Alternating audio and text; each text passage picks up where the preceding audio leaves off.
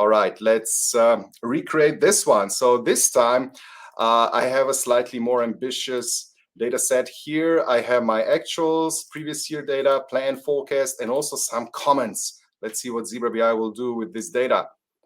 Insert a chart. Continue with the free license. Voila.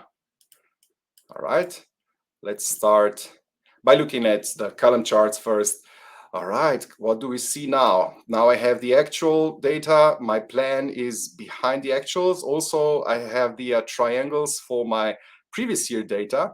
So, you know, it's much more interesting now. Plus, I have my forecast. So I have actual only up until the month of August. And then for the rest of the year, I have my forecast. All right, so this is a part of prescriptive analytics here.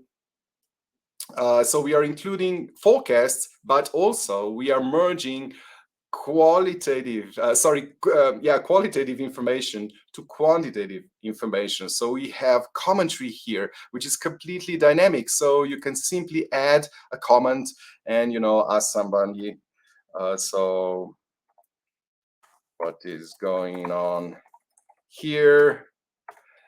And you will see the comment being displayed at the right data point and also being written here. And I mean, to design this, it's straightforward experience. The user experience is absolutely you know, it makes it simple to use for any business user, and all the settings that people would need, they are right here. So also in the comment section, you can display the absolute relative variances, change the paddings. You know, you have design settings like shadows and so on, so you can adapt the design. Of course, some basic things like making the title bigger or changing the title. Everything is directly on the visual.